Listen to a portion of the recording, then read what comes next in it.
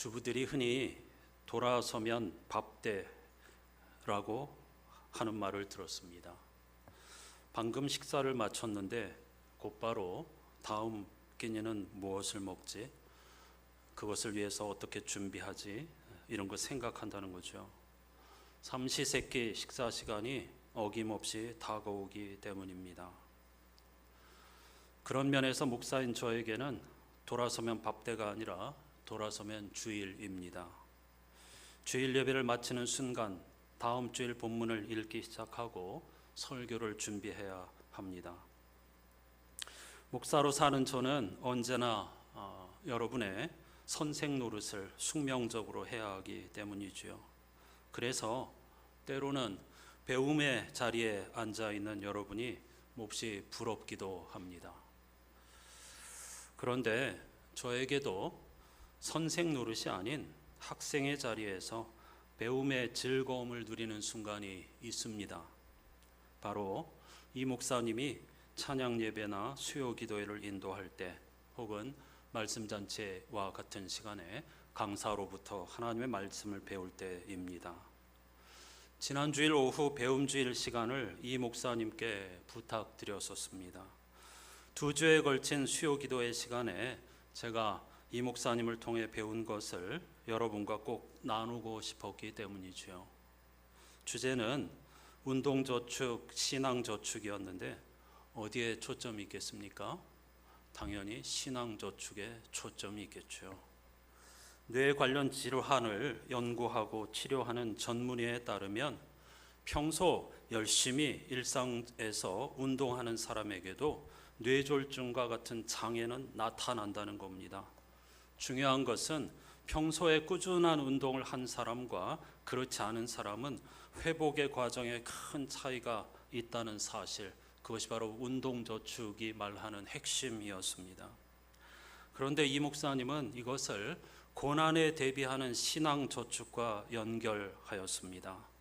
우리가 진실과 열심을 다해 신앙생활을 해도 반성적 지혜의 가르침처럼 뜻밖의 고난이 찾아올 수 있습니다.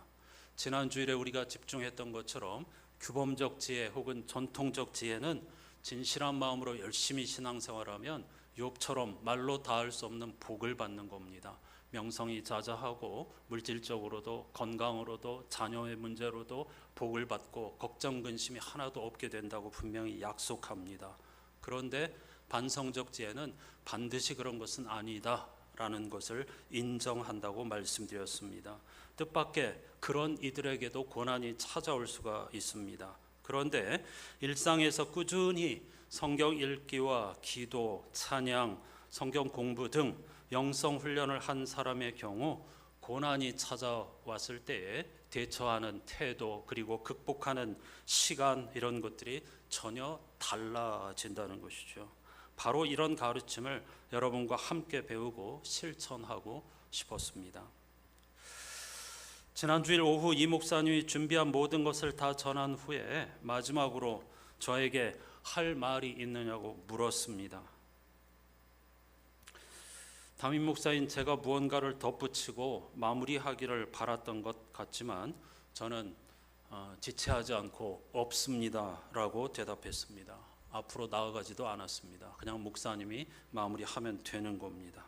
왜냐하면 다른 설교자가 인도하는 말씀 잔치나 찬양 예배, 수요 기도회나 배움 주일에는 저도 오직 선생님의 발치에 앉아서 배우는 학생일 뿐이기 때문이죠.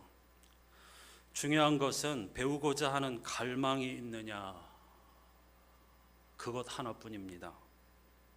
만일 제가 그 시간에 배우면서 무엇을 지적할까, 이거 부족한데 저거 부족한데 생각한다거나, 담임 목사인 내가 무엇을 덧붙여서 멋지게 마무리할까, 저분이 보지 못한 걸 나는 찾았어, 이런 식으로 여러분들에게 어떤 더 마무리할 말들에 집중한다고 하면 그 시간에 저는 아무것도 배우지 못하게 되겠죠. 이것이 오늘 본문이 전하는 이야기입니다. 오늘 우리가 함께 읽은 마리아와 마르다 자매에 관한 이야기는 성도들에게 매우 익숙한 이야기죠. 그런데 요한복음 11장에도 이 자매 이야기가 나옵니다.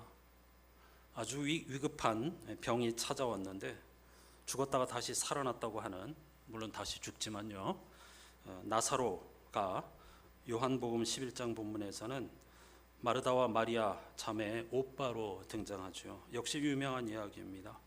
그리고 나사로의 소생 이야기에 이어서 12장에 가면은 이 세 남매의 이야기가 또 나옵니다. 그 이야기가 오늘 본문인 누가복음 이야기와 간접적으로 연결이 됩니다. 그래서 잠깐 짚어보겠습니다.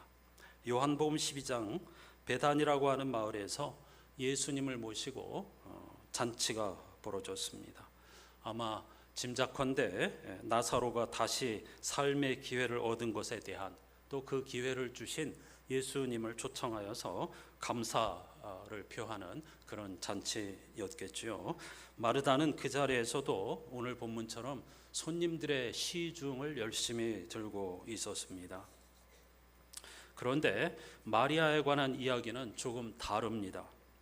요한복음 12장의 마리아는 아주 값이 많이 나가는 당시에 귀한 나드라고 하는 향유를 예수님의 발에 붓고 자기의 머리털로 그 발을 닦아 드렸다고 보도합니다. 그러자 그 자리에 있던 가룟 사람 유다가 불평을 터뜨렸죠. 야, 이 비싼 거 팔아서 가난한 사람을 도와주는 게 훨씬 선한 일이지, 지금 무슨 짓을 하느냐, 왜 이 비싸고 아까운 향유를 낭비하느냐라고 말이죠. 그때 예수께서 이렇게 말씀하셨습니다. 이것은 내 장래를 위하여 하는 일이니 참견하지 말아라. 가난한 사람들은 언제나 너희와 함께 있겠지만 나는 언제나 함께 있지는 않을 것이다 라고 말이죠. 누가복음에서 마리아의 행동에 불만을 터뜨린 사람은 마르다였는데 요한복음에서는 가룟 사람 유다였습니다.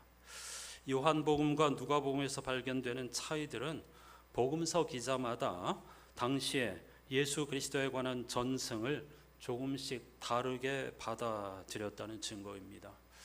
한 곡의 찬송가를 수많은 음악가들이 재해석하듯이 예수 그리스도 당시의 복음서가 기록된 것이 아니지 않습니까?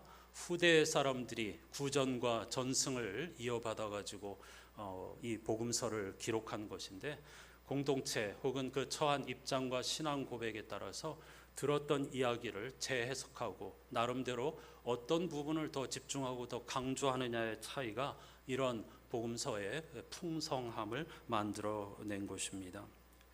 마리아가 예수 그리스도의 발치에 앉아서 말씀을 듣는 일에 집중했던, 아니면 나들을 예수님의 발에 쏟아붓고 머리털로 그것을 닦아 드렸건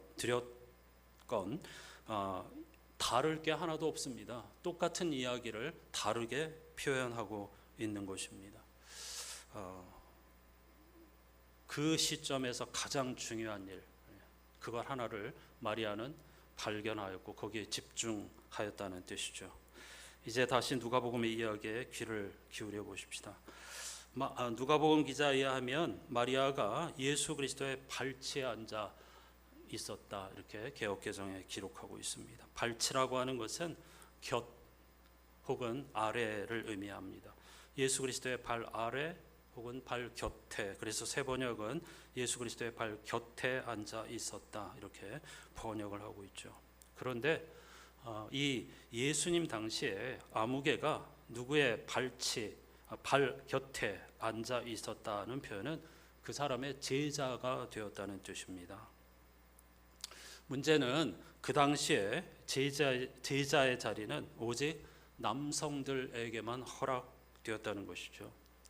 마르다가 다급하게 예수님께 찾아와 가지고 동생을 말려달라고 제자리로 돌려보내 달라고 한 것은 혼자만 음식장만 하는 일이 짜증이 나고 그 화가 나서가 아닙니다. 배가 아파서가 아닙니다. 마리아가 걱정되었기 때문입니다. 당시에 경계, 그 뛰어넘는 거 굉장히 위험한 일인데 파격적으로 마리아가 제자가 되겠다고 예수님 발 아래 앉아서 하나님의 말씀을 배우고 있었기 때문에, 야, 이거 큰일 났다, 이대로 두었다가는 잘못하면은 큰 낭패를 볼 수도 있겠구나, 이런 생각에서 어떤 면에서는 마리아를 제자리로 당시의 관례에 따라서 있어야 할 자리로 돌려보내 달라고 부탁한 것으로 읽어야 합니다. 당시 여성에게 주어진 자리는 제자의 자리가 아니라 그 제자들을 섬기는 자리였습니다. 성별에 따라 주어진 자리를 벗어나는 것은 사회의 규범과 경계를 무너뜨리는 일이자 심지어 하나님의 창조 질서를 어지럽히는 일로까지 여겨졌기 때문입니다. 그러니까 무척 심각한 거죠. 특히 율법 교사나 바리새파 사람들이 이걸 가만히 두고 볼 리가 없는 것입니다. 그런데 마리아는 자기에게 주어진 경계를 넘어 제자의 길, 배움의 자리를 선택한 것입니다. 성서에 등장하는 모든 마리아는 이와 같이 위대한 믿음의 사람들의 대표자입니다. 마리아라고 하는 이름을 가진 사람은 모세의 누이 미리암부터 시작해가지고 예수의 어머니 마리아 등등, 오늘 본문의 마리아 등 모두가 다 당시 시대의 경계, 편견을 뛰어넘는 위대한 믿음의 선구자, 선각자들이었다, 예언자들이었다, 이렇게 기억을 해 두실 필요가 있습니다. 반면 마르다는 남성 제자들처럼 예수님 발 곁에 앉아 말씀을 배우는 동생을 보면서 선을 넘었다고 생각했고 몹시 불안하고 불편했습니다. 그래서 동생을 보내달라고 한 것입니다. 그러자 주님은 마르다에게 이렇게 말씀하셨습니다. 마르다야, 네가 많은 일로 염려하고 근심하는데 마리아는 좋은 편을 택하였으니 그것을 빼앗기지 않을 거야 라고 말이죠. 예수님은 마리아의 선택이 옳은 것이며 그 선택을 누구도 빼앗을 수 없다고 말씀하신 것입니다. 예수께서는 마르다가 많은 일로 염려하고 걱정한다고 하는 사실을 먼저 짚었습니다. 마리아의 선택을 말씀하시기 전에 마르다를 향하여서 너는 너무 지금 많은 일로 염려하고 걱정하고 있다는 사실을 짚었습니다. 사실은 이게 현대인의 초상입니다. 여기서 걱정한다고 하는 것은 스스로 고생을 사서 한다는 뜻입니다. 마르다를 향한 예수 그리스도의 안쓰러운 마음이 담겨 있습니다. 선한 의도입니다. 마르다를 나무라는 것이 아닙니다. 마르다가 지금 악을 행하고 있는 게 아닙니다. 당시의 관례를 따라서 제 역할을 하는 것이고 선한 의도에 따라서 예수님을 기쁘게 해드리려는 것이고 최대한 좋은 음식을 정성스럽게 만들어서 대접해드리고 싶은 선한 의도입니다. 그런데 뜻밖의 우리가 일상에서 집중하고 있는 이 여러 가지 일들이 사실은 중요하지 않은 일인 경우가 무척 많습니다. 스스로 사서 고생하는 거죠. 그것을 예수께서 안타까워하시는 것입니다. 그리고 한 가지만 있으면 된다 이렇게 말씀하신 거죠. 여러분, 다른 복음서에 이런 이야기 또 있습니다. 근심하는 젊은이들에게 너 한 가지 부족한 것이 있다 이렇게 말씀하셨죠. 다 좋은데 너는 다 좋아. 근데 참 아쉬운 게 한 가지 있다. 열에 9가지가 있는데 하나가 없어 부족하다 이런 뜻이 아닙니다. 그 한 가지는 결정적인 한 가지입니다. 그 한 가지가 없으면 나머지 9개가 있어도 아무 소용없는 것, 그걸 바로 한 가지 중요한 것이라고 이야기한 건데 오늘 마리아가 선택한 것이 바로 그 한 가지입니다. 그것 때문에 나머지 모든 것들이 다 의미가 있어지고 가치가 있어지는 것입니다. 하지만 정작 있어야 할 그 한 가지가 없으면 아무리 많은 것을 가지고 있어도 우리를 구원하지 못합니다. 우리를 생명의 길로 인도하지 못하는 것입니다. 오히려 스스로 고생을 사서 하는 것이고 불안과 염려의 노예가 되어서 살아갈 수밖에 없는 것이죠. 따라서 실상 필요한 것은 한 가지뿐이다 이렇게 직역할 수 있습니다. 마르다를 향하여서 넌 지금 너무 많은 일로 걱정하고 근심하고 사서 고생하고 있지만은 인생에서 혹은 다른 말로 하면 구원의 문제에서 정작 필요한 것은 오직 한 가지뿐이란다 이렇게 말씀하신 것이죠. 여러분, 인간이 살아가는 데 있어서 정작 필요한 것은 그다지 많지 않다고, 그리고 한 가지뿐이라고 말씀하시는 거 여러분 인정할 수 있습니까? 굉장히 비현실적인 소리 아닌가요? 우리는 끝없이 많은 것을 필요로 하고 가진 것이 한없이 초라해 보이고 더 많은 것을 가지기를 원하는데 필요한 것은 한 가지뿐이야 이렇게 이야기하시면 예수님이 참 세상 물정을 모르고 우리가 얼마나 고통스럽게 살고 있는데 그렇게 말씀하실 수 있는가, 무슨 서문답 같은 소리 아닌가, 이렇게 물으실 수도 있겠죠. 충분히 이해합니다. 정용섭 목사님은 우리 인생살이가 한 가지만이라도 충분하다는 사실을 이해하려면은 삶에 대한 발상 자체를 전환해야 한다고 가르칩니다.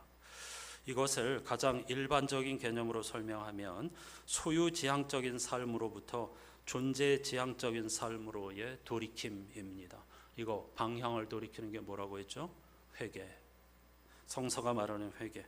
소유지향의 삶으로부터 존재지향적인 삶으로 삶의 방향을 돌이키는 회개가 바로 그것이라고 말한 것입니다. 우리는 보이는 것과 보이지 않는 여러 가지 다양한 것들의 소유를 통해서 자신의 인생을 확인하는 방식에 익숙해져 있습니다. 그러니까 무엇을 가졌느냐 아니냐에 따라서 성공과 실패, 잘 산 인생과 잘못 산 인생, 이런 식으로 확인하는 방식에 익숙해져 있다는 것입니다. 꼭 물질이 문제가 아닙니다. 우리가 행복한 삶의 기준으로 여기는 것들이 다 이런 것들입니다. 그런데 소유지향의 삶에서는 어쩔 수 없이 수많은 일로 염려하고 근심할 수밖에 없습니다. 가장 단적인 예를 들면, 이거 없어지면 어떻게 하지? 도둑 맞으면 어떻게 하지? 가격 떨어지면 어떻게 하지? 반면에 자신이 현재 존재한다는 사실에 집중할 수 있다면 현재 지금 내가 행하고 있는 한 가지에만 집중하면 됩니다. 예술가들의 그것처럼 말이죠. 어떤 상황에서도 자신이 존재한다는 사실만은 분명하기 때문이라고 정 목사님은 가르치고 있습니다. 여러분, 인간인 우리가 붙잡아야 할 한 가지는 무엇일까?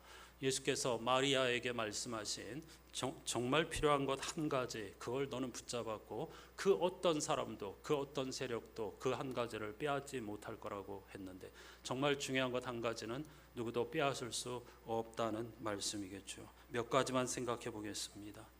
인간인 우리가 반드시 붙잡아야 할 한 가지는 무엇일까요? 저는 그것을 만일 저에게 묻는다면 저는 죽음이라고 대답하겠습니다. 역설적이죠. 살기도 바쁜데, 삶에 신경 쓰기도 바쁜데 우리가 꼭 붙잡아야 할 한 가지 주제는 죽음이다. 여러분, 인간이라고 하는 단어 자체가 죽을 수밖에 없는 존재라는 뜻입니다. 히브리 사람들이 사용하는 단어 인간, 죽을 수밖에 없는 존재. 누구도 예외가 없고 하루를 살았다면 그건 하루 죽음이 가까이 다가왔다는 뜻입니다. 죽을 수밖에 없는 존재라는 것은 죽음을 향하여 가고 있는 존재라는 뜻도 됩니다.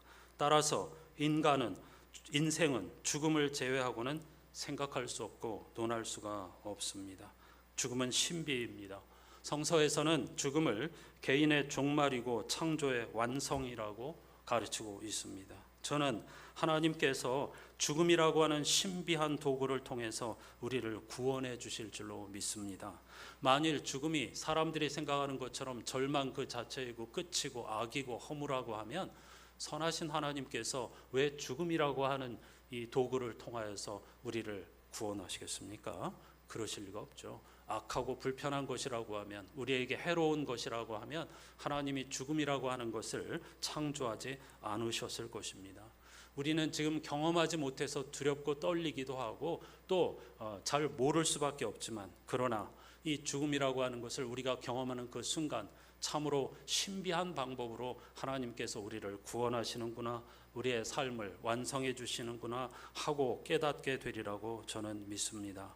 따라서 죽을 수밖에 없는 존재인 우리 인간으로서 죽음의 문제에 대해서 항상 의식하고 집중하고 준비하고 한 걸음 더 나아가서 죽음이란 과연 무엇이고 어떤 경험을 하게 될까를 기대하면서 하루하루를 살아가는 것, 그것이 바로 우리 인간이 붙잡아야 할 한 가지라고 저는 생각합니다. 그런데 여러분, 오해하지 마십시오. 항상 24시간 죽음에 대해서만 생각하라는 뜻이 아닙니다. 수많은 지혜자들이 우리에게 가르쳐 주었던 것처럼 죽음에 집중하고 준비하고 기대하고 살아간다고 하는 것은 다른 말로 하면 삶에 집중한다는 뜻입니다. 왜냐하면 죽음을 의식하는 사람은 함부로 살 수 없거든요. 삶을 바르게 또 진실하게 살 수밖에 없기 때문입니다. 그런 의미에서 우리는 꼭 죽음을 붙잡고 살아가야 합니다. 그런 사람에게 하나님께서 훨씬 풍요로운 삶의 은총을 내려주실 줄로 믿습니다. 다음으로 인간인 우리가 하나님 앞에서 할 수 있는 일 한 가지를 꼽으라고 하면 여러분 무엇이라고 생각하십니까? 여러분이 지금 교회에서 하시는 열정적인 봉사? 헌금? 기도? 인간, 제한자인 우리가 하나님 앞에서 할 수 있는 일 한 가지밖에 없습니다. 그건 바로 찬양입니다. 요즘 읽고 있는 요한계시록이 그것을 웅변하고 있습니다. 계시록은 우리가 굉장히 어려운 책이라고 생각하지만 그렇지 않습니다. 로마 제국의 그 극심한 핍박 때문에 노골적으로 기록할 수 없어서 그렇지 좁은 길을 걸어가는 그리스도인들을 위로하고 격려하고 소망을 주기 위한 책으로 분명한 주제가 있습니다. 교회를 이 땅에서 영적 싸움을 싸우고 있는 교회를 격려하고 위로하기 위한 책인데, 계시록에 보면은 모든 등장인물이 하나님의 보좌를 둘러싸고 찬양하는 이야기밖에 안 나옵니다. 네 생물, 넷이라고 하는 것 완전수입니다. 24장로, 그것도 완전수입니다. 구약 백성을 상징하는 14만 4천, 구약 백성만이 아니고요. 요한계시록 7장에 보면 유명한 14만 4천이라고 하는 숫자가 나오는데 12 곱하기 12 곱하기 1000입니다. 앞에 나오는 12은 구약 이스라엘 12지파, 그러니까 유대인의 혈통에서 나온 사람들을 의미하는 것이고, 뒤에 12은 신약의 모든 성도들을 의미하는 것입니다. 그리고 완전수 1000을 곱하여서 14만 4천이라고 하는 숫자를 상징적으로 이야기하고 있는데, 이건 문자적으로 읽으시면 안 되고 하나님을 의지하는 모든 성도들의 숫자입니다. 완전한 수, 충만한 수, 그게 바로 14만 4천인데, 이렇게 네 생물과 24장로, 14만 4천, 그리고 셀 수 없는 무리들이 하는 일은 오직 한 가지입니다. 하나님이 앉아 계신 보좌를 둘러싸고 찬양과 영광을 돌리는 것입니다. 찬양에서 찬양으로 끝나는 책이 요한계시록입니다. 여러분, 하나님께서 천사들과 우리 인간의 찬송에 목말라 하셔가지고 너희들은 처음부터 끝까지 하루 종일 찬양해라, 그런 의도일까요? 그러지 않습니다. 아주 간단한 일입니다. 우리가 세상을 창조할 수 있습니까? 우리가 자기 자신을 구원할 수 있습니까? 다른 사람을 구원할 수 있습니까? 욥기에 의하면 여러분들이 새의 새끼를 품어서 먹여 살릴 수 있습니까? 하마를 기를 수 있습니까? 바다의 깊이를 알 수 있습니까? 바다의 경계에서 여기까지 넘어오지 말라고 멈추게 할 수 있습니까?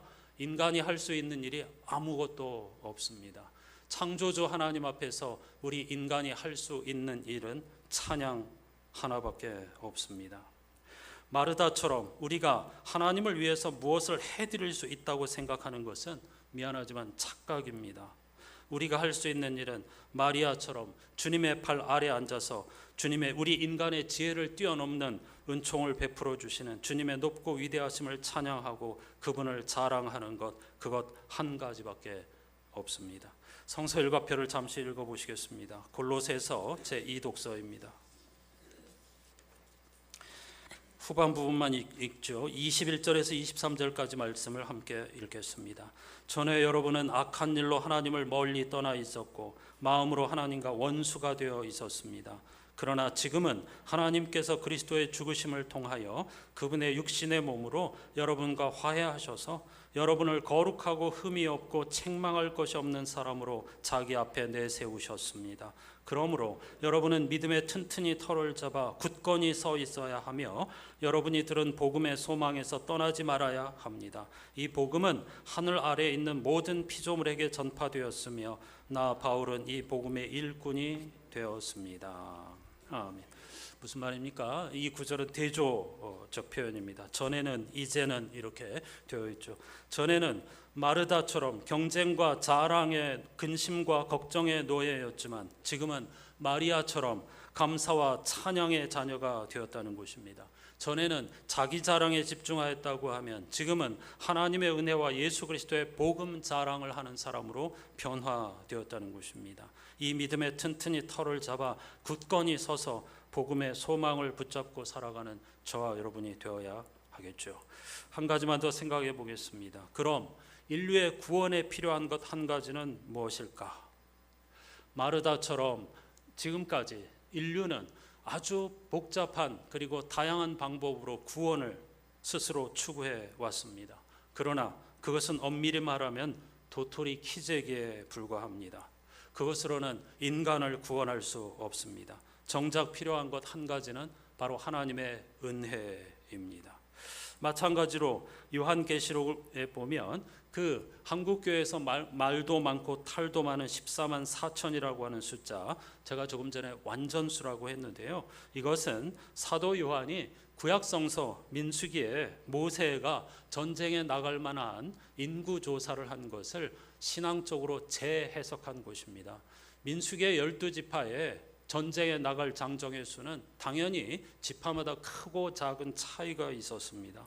그런데 14만 4천 명을 설명할 때에 사도 요한은 12지파를 일일이 거명하면서 매 지파에서 동일하게